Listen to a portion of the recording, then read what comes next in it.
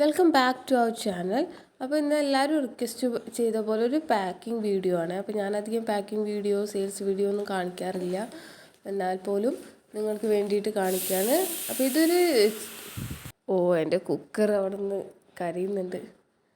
Okay, അപ്പം ഇത് ചെറിയൊരു വീഡിയോ ആണ്. ചെറിയൊരു ഓർഡർ ആയിരുന്നു. കുറച്ച് ഹെയർ വൈൻ ആക്സസറീസ്, കംപ്ലീറ്റിലെ ഗിയർ വയറൊന്നും വേണ്ടാന്ന് കസ്റ്റമർ തന്നെ പ്രിഫർ ചെയ്ത് പറഞ്ഞു.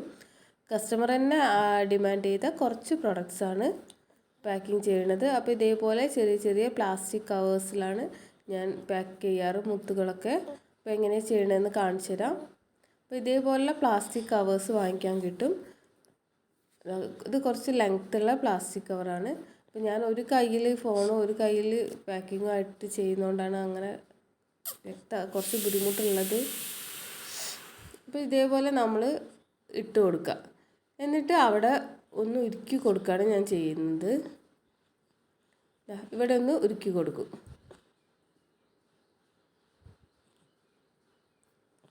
എന്നിട്ട് അടുത്ത ബീഡിടും.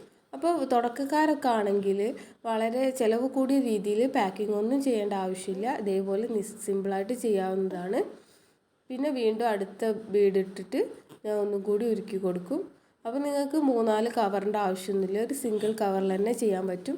ഇതേപോലെ ടിക് ടാക്കും നിങ്ങൾ ചെയ്താൽ മതി. ഇപ്പോൾ ടിക് ടാക്കൊക്കെ ആണെങ്കിൽ ഒരു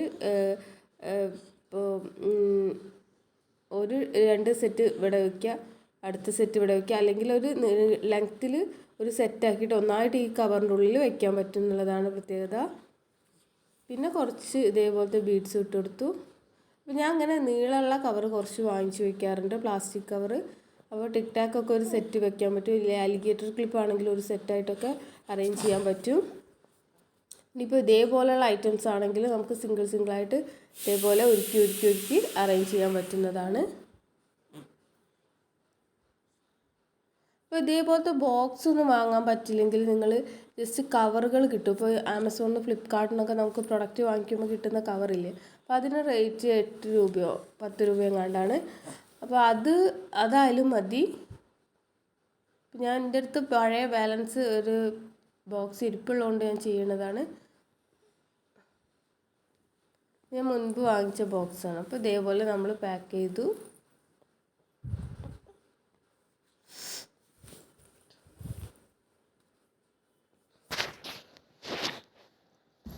എല്ലാവർക്കും പാക്കിംഗ് ആണ് ബുദ്ധിമുട്ടെന്ന് തോന്നുന്നു. എല്ലാ മെറ്റീരിയൽസും അവൈലബിൾ ആണ് കേട്ടോ ഷോപ്പിൽ, ലേബിളാണെങ്കിലും. അപ്പോൾ നിങ്ങളെ പ്രൊഡക്റ്റും കമ്പനിയൊക്കെ വലുതാവുന്നതിനനുസരിച്ച് നിങ്ങൾക്ക് ഇവിടെ നെയിം സ്ലിപ്പൊക്കെ വെച്ചിട്ട് നിങ്ങളുടെ പ്രൊഡക്റ്റിൻ്റെ കമ്പനീൻ്റെ നെയിമൊക്കെ വെച്ചിട്ട് നിങ്ങൾക്ക് പാക്കിംഗ് അടിപൊളിയാക്കാവുന്നതാണ്. പക്ഷേ തുടക്കക്കാരാണെങ്കിൽ ഇതേപോലെ സിമ്പിളായിട്ടുള്ള പാക്കിംഗ് ട്രൈ ചെയ്യുന്നതായിരിക്കും നന്നാവുക. ഇനി ഞാൻ ഇതേപോലെ ഒരു വലിയ പ്ലാസ്റ്റിക് കവറെടുത്ത് ഇത് ഒന്നായിട്ട് ആ കവറിൽ ഇട്ടിട്ട് സെറ്റാക്കാൻ പോവുകയാണ്.